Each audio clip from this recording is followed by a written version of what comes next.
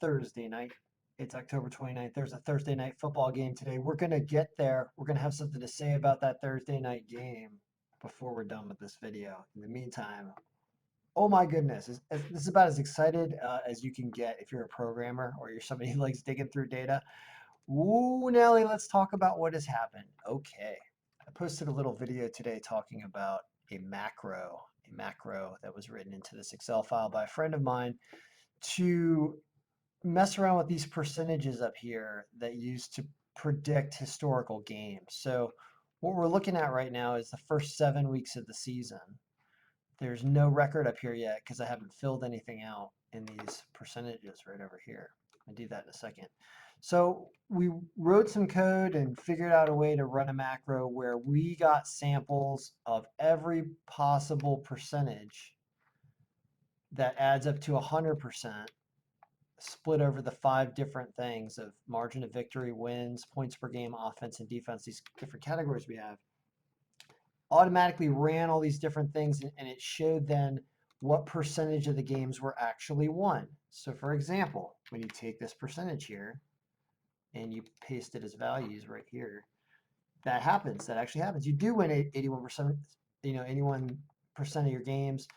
If you look, this is doubling all the games right here because it's looking at them both in flipped way. Like, it's Carolina versus the Raiders, and it's also the Raiders, wherever the Raiders are, somewhere there. It would be also the flip side at the same time.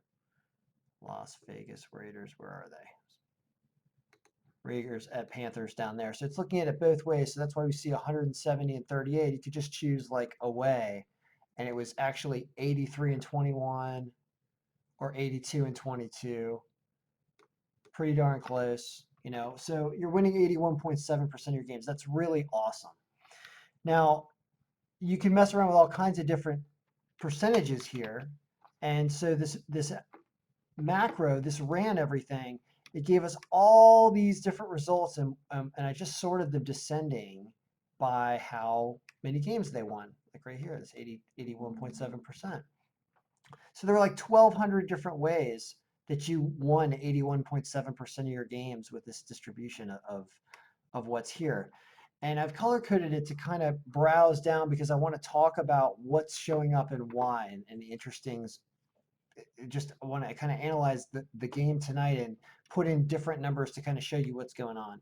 So because I've color coded this where a large number is green and a smaller number is red, you can see that in the different categories that you're looking at, this chunk of data that's colored like this basically said that this color right here, you can see how the colors kind of start to repeat or change around. Like this goes from red to green. That signifies a different way that the formulas resulted in wins.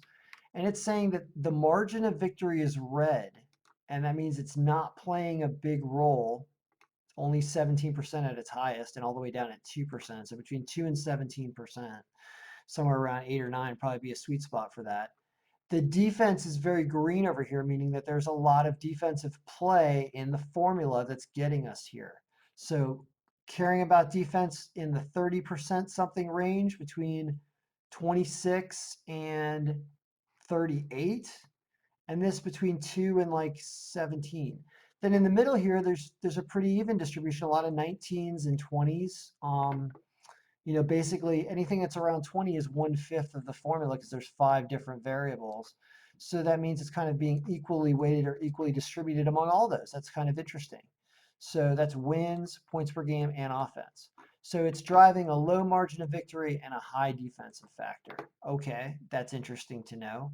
So when we pasted one of these or pasted one right in the middle, let's say, right, like this looks like pretty middle of the road.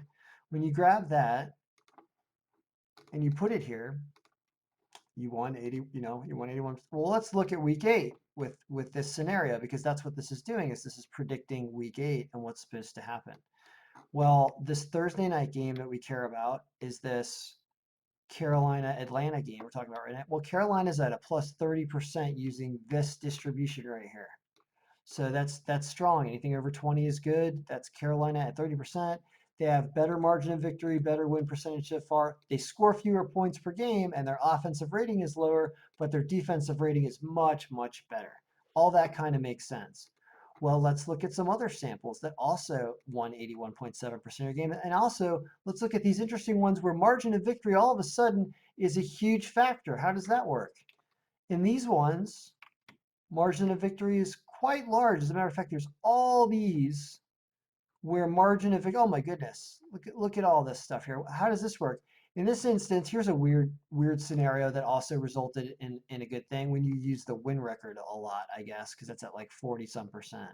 When you use the win record as a driver, that's kind of backing into your number, meaning when we're using wins to determine wins, well, yeah, of course, teams that won more in the past potentially will win more in the future, and that goes into the formula. But it's kind of redundant. So when this is green, that means that this is really driving things, and this should not be looked at. So when both of these are green, it makes you want to ignore this. How look at that. Look at that.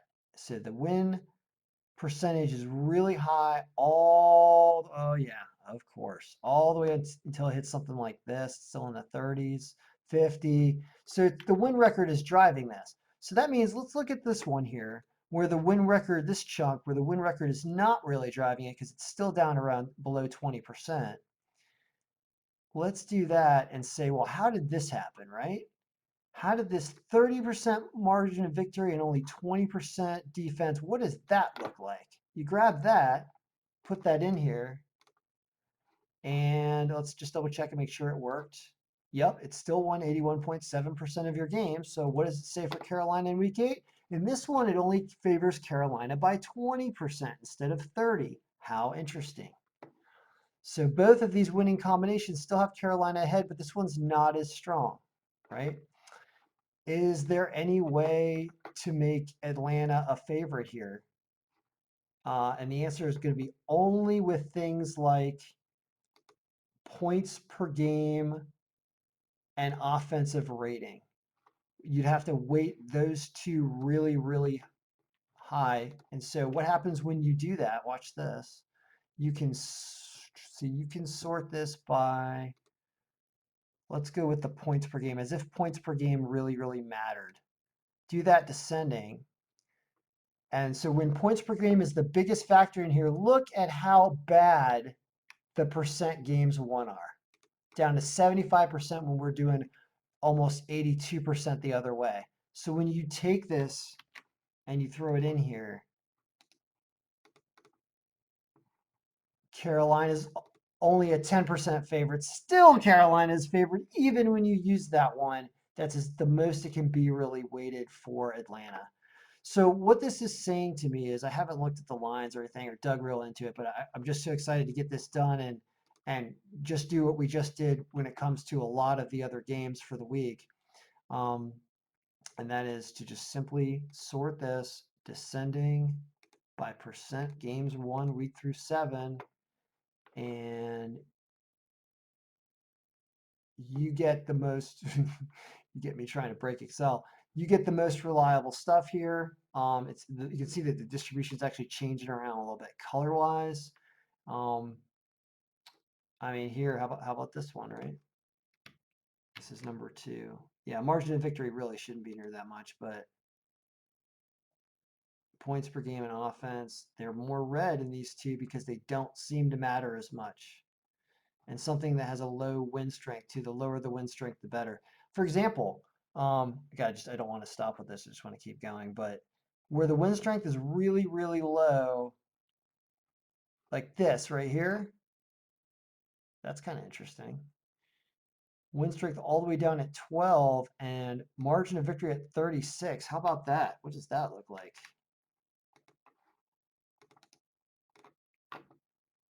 That gives Carolina still a 20%. So Carolina's supposed to win this game based on this. Now, when I also ran the when I haven't brought in the new injury report, sorry, I've been focusing too much on this, but if you look at what it's supposed to be Carolina 29-27. One thing that looking over the other area here kind of tells you is that Well, the only areas where Atlanta is better than Carolina is offense, right? Or at least just points, total points. Yet their defensive rating is so much worse. So what can you expect to happen? You can expect Carolina to score more points than they normally do. Atlanta to score a few more points than you would think against Carolina's defense because they generally outscore them. But Carolina to win this game, and Carolina to win this game potentially outscoring them a lot because their defense is so bad. Atlanta's is.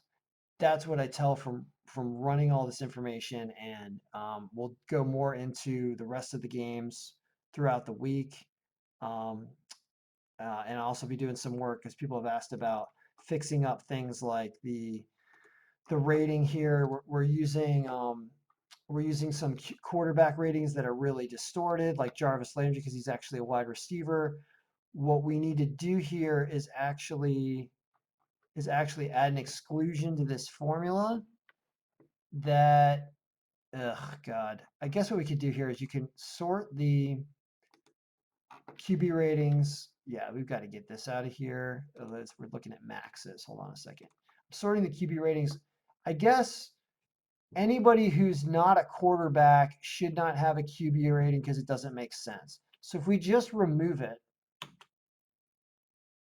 like that, what that's going to do is change people's C scores incredibly. Like Russell Wilson becomes a 100% quarterback, which is what just happened there. And once you do that, you go and you refresh the pivot here. And scores are going to change. And what does that do to the picks? That upped scores.